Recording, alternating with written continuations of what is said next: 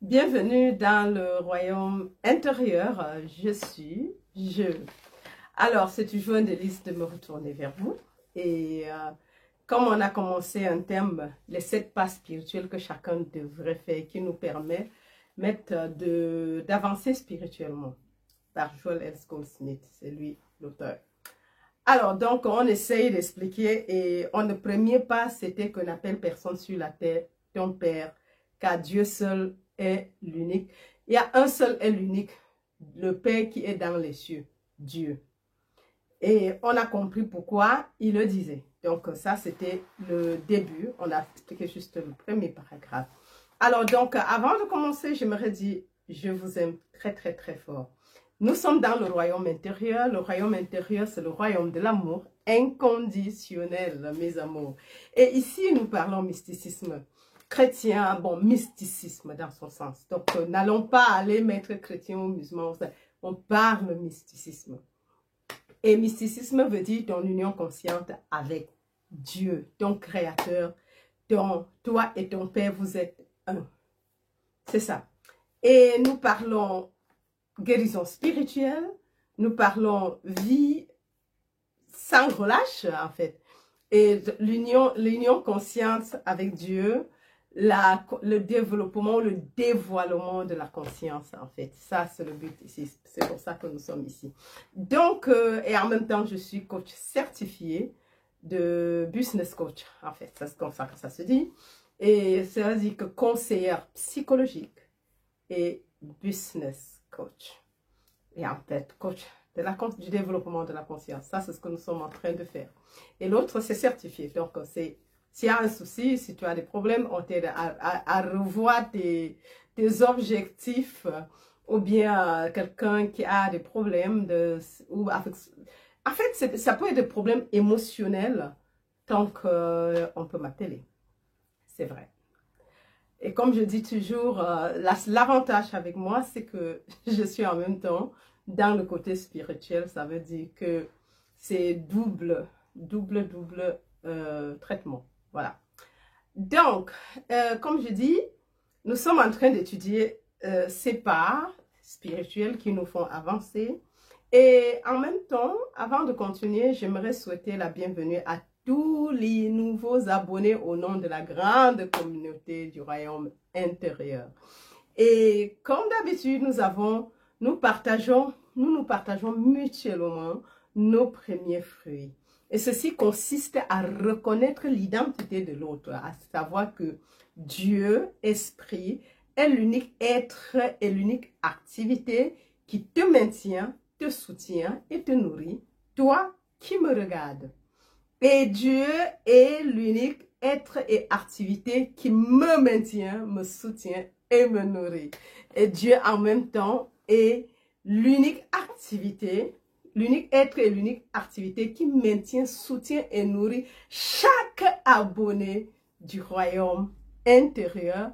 Mais nous allons au-delà et nous acceptons que Dieu, Esprit, est l'unique être et activité qui maintient, soutient et nourrit chaque être ici, dans l'univers, le cosmos tout entier. Il est l'unique, il n'y a pas deux. Alors, donc, sans plus tarder, nous allons juste continuer là où on s'est arrêté la dernière fois. J'étais absente, c'est pour ça qu'il n'y a pas eu de publication. Voilà. Alors, je vais juste lire comme d'habitude. En fait, bon, je lis la dernière phrase pour qu'on se rappelle où on s'est arrêté.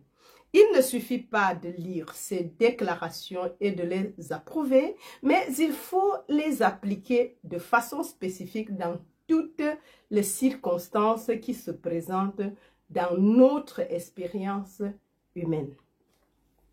Bon, peut-être que je peux dire quelque chose là-bas encore. En fait, ici, il s'agit que ce qu'on connaît, c'est ce que nous devons accepter dans notre vie. C'est ce que nous devons proclamer, en fait. Pas ce qui prétend être, mais non. Ce qui est vrai, comme on dit, Dieu est l'unique activité et l'unique être qui maintient, soutient et nourrit chaque personne ici sur terre.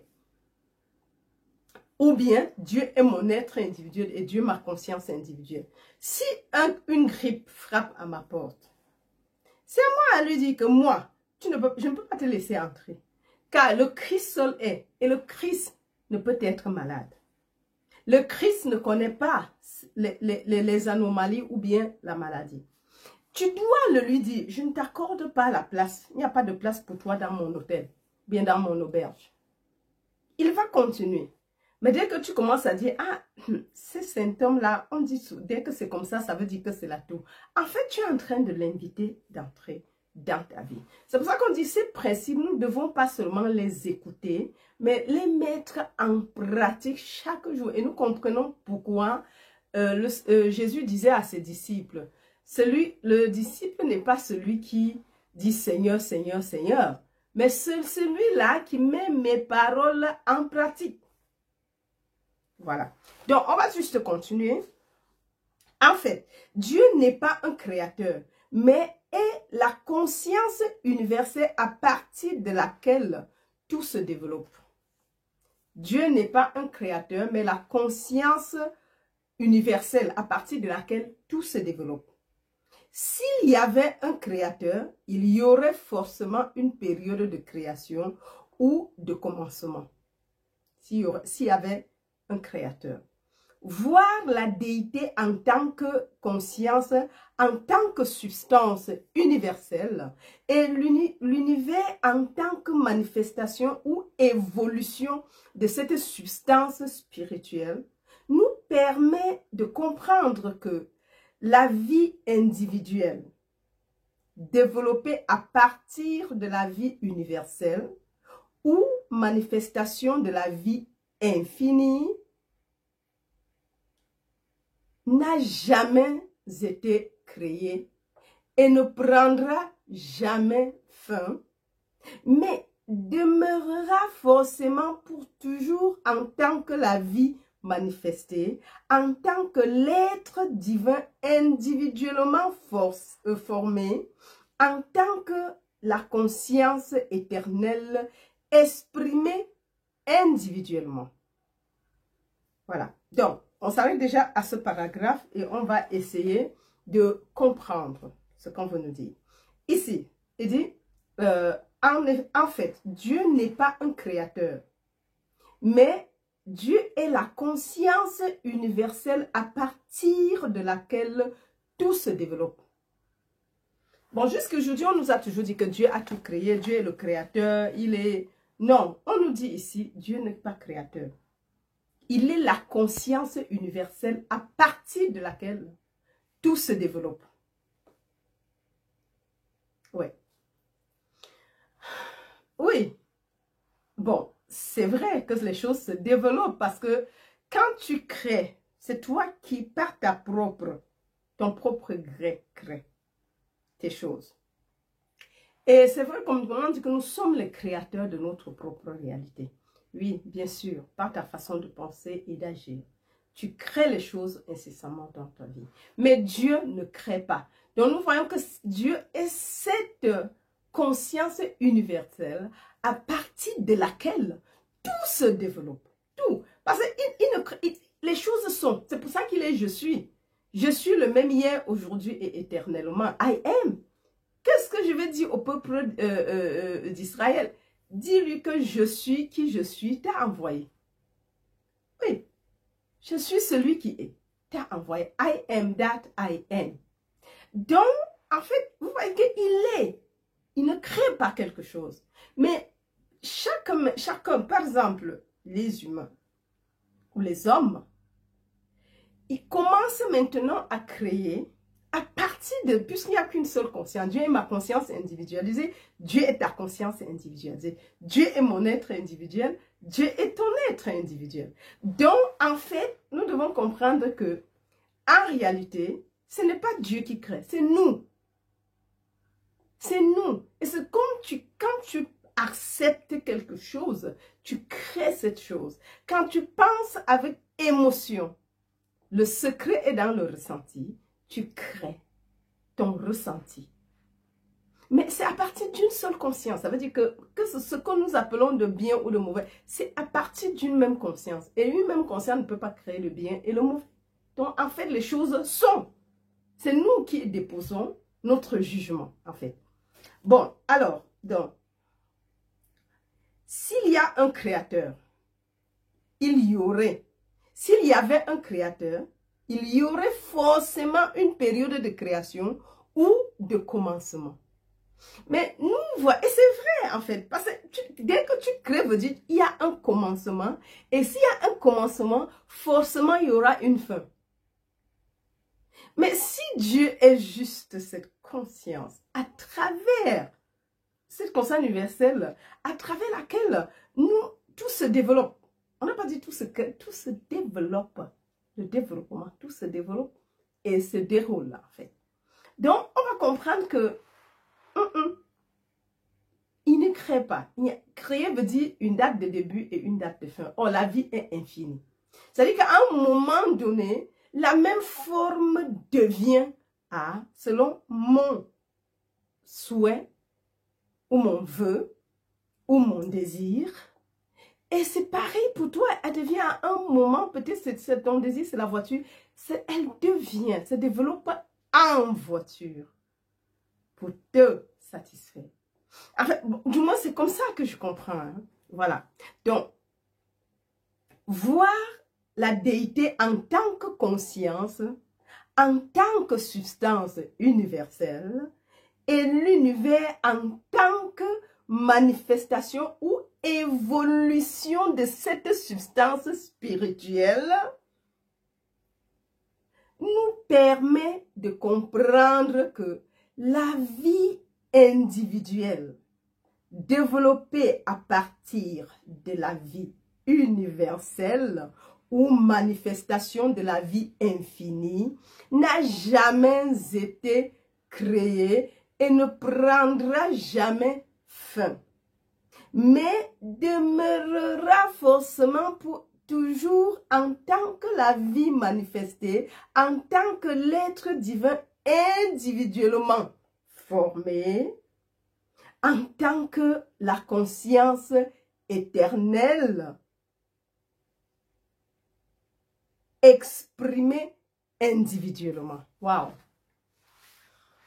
Waouh, waouh, waouh. C'est une très, très longue phrase et on va le voir. Alors, donc, je reprends. Ben, je vais aller petit à petit. Après chaque virgule, je vais m'arrêter s'il le faut. Alors, on dit, voir la déité en tant que conscience, en tant que substance universelle, et l'univers en tant que manifestation ou évolution de cette substance spirituelle. Donc, si on voit Dieu comme la substance spirituelle, ou bien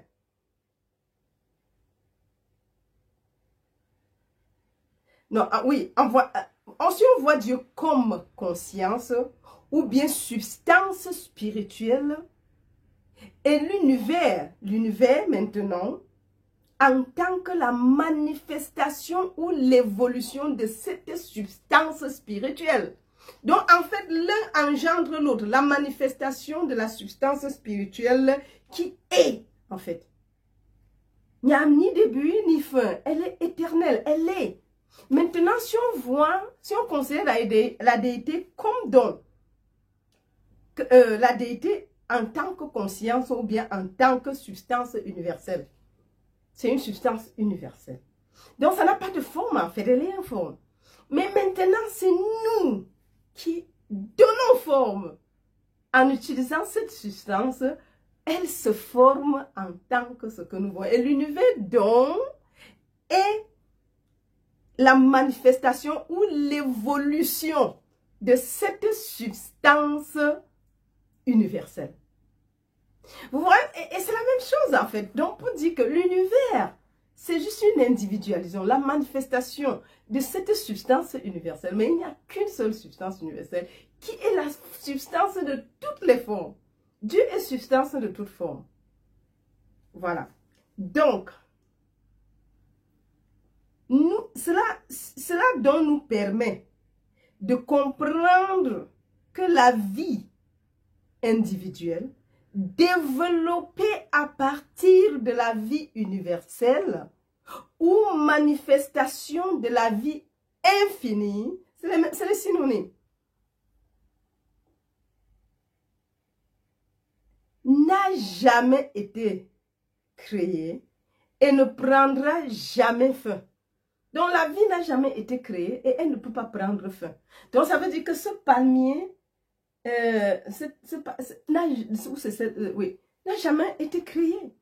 Et ce qui n'a pas été créé ne peut pas prendre fin. Même si ceci, sous une forme apparente, elle paraît sécher, elle paraît mourir. Mais on dit que ça n'a pas été créé. Donc c'est depuis des millénaires, c'est la substance universelle. Elle est constituée de la conscience universelle. Ça veut donc dire qu'il n'y a jamais eu de commencement pour elle.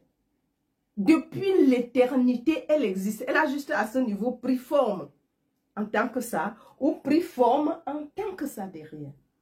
Mais c'est juste la même conscience. Et cette même conscience, elle est ni noire, ni bleue, ni rouge, ni jaune. Elle ne connaît pas de limite ni de ségrégation raciale. Elle n'a pas de race. Voilà. Alors, donc, mais demeurera forcément pour toujours en tant que la vie manifestée. Ah non, j'ai sauté quelque chose.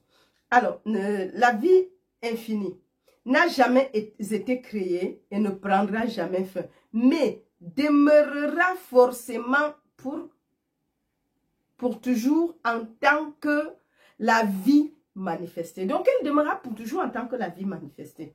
Donc, en fait, c'est pour dire qu'il n'y a pas vraiment un commencement ni une fin. Parce que dire qu'il a créé veut dire que quand tu crées quelque chose, ça a un début. Et plus tard, il aura une fin. Mais ce n'est pas le cas. C'est une continuité, mes amours. Alors, donc, voilà, développer que la vie individuelle. Cela nous permettrait de comprendre que la vie individuelle développée à partir de la vie universelle ou manifestation de la vie infinie n'a jamais été créée et ne prendra jamais fin. Mais demeurera forcément pour toujours en tant que la vie manifestée, en tant que l'être divin individuellement formé, en tant que la conscience éternelle exprimée individuellement. Je ne sais pas s'il y a quelque chose ici à expliquer. En fait, ça se comprend. Donc, ouais. Oui, on dit, elle n'a jamais été créée et ne prendra jamais fin, mais demeurera dans cette conscience universelle, cette substance spirituelle universelle. Elle demeurera forcément pour toujours en tant que la vie manifestée, en tant que l'être divin individuellement formé, en tant que la conscience éternelle exprimée individuellement. Voilà. Donc, en fait, c'est une même substance. En fait, c'est juste pour expliquer que elle devient tout ce que tu peux voir à côté de toi. Parce qu'elle ne crée pas, elle est toute chose. Elle est l'unique substance. Et si elle est l'unique substance, ça veut dire qu'on n'a pas à se battre contre elle. Mais puisqu'il n'y a pas de lutte, il n'y a rien. Elle se déploie incessamment en tant que X, Y, Z. Voilà. Alors, savoir que la mortalité est un mythe, c'est perdre toute peur des personnes, de circonstances ou de conditions. Si sur un arbre, il nous semblait voir des serpents pousser à la place des branches, nous ne tenterions pas physiquement ou mentalement de repousser les serpents. Ce serait stupide. Nous resterions calmes, reconnaissant qu'il s'agit d'une illusion. Et quand qu'en tant que telle, elle n'a aucun. En tant que telle, elle n'a aucun pouvoir de nous faire du mal d'une façon quelconque. Avec cette vision saine, l'apparence de serpent disparaîtrait et nous verrions nous verrions de nouveau les branches de l'arbre. Parce qu'en fait, oui, cela va sans dire. Savoir que la mortalité est un mythe, c'est perdre toute peur des personnes, des circonstances ou des conditions. Si on peut comprendre que, oui, que la mortalité n'est qu'un mythe. Ça veut dire que ça n'existe pas comme nous pensons et n'a jamais été ce que nous pensions ou nous pensons jusqu'à présent. Alors, donc, et pourquoi?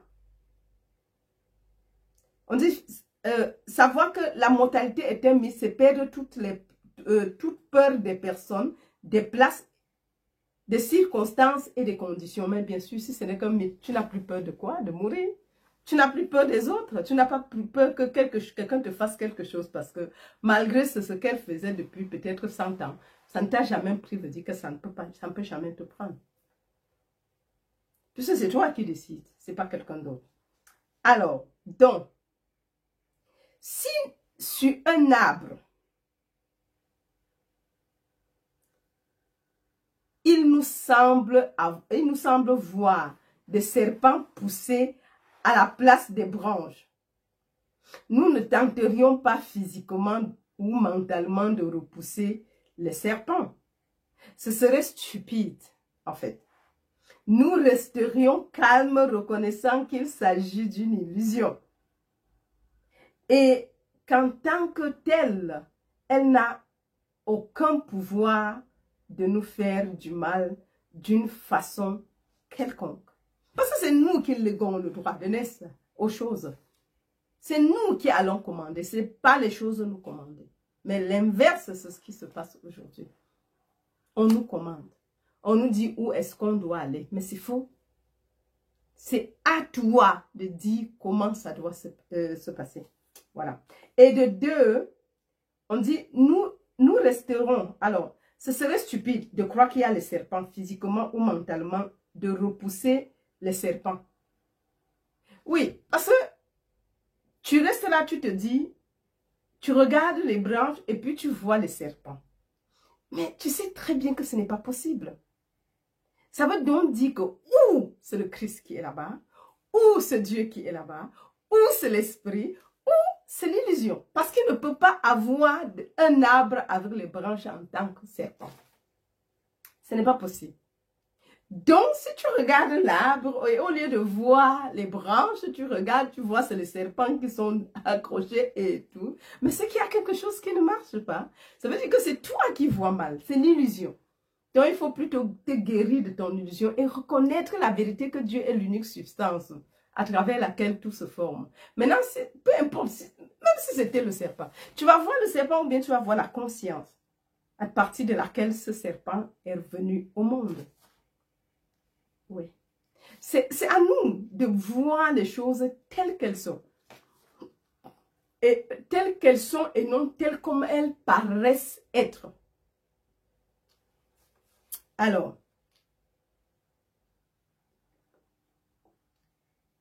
ce serait stupide, oui, de le faire.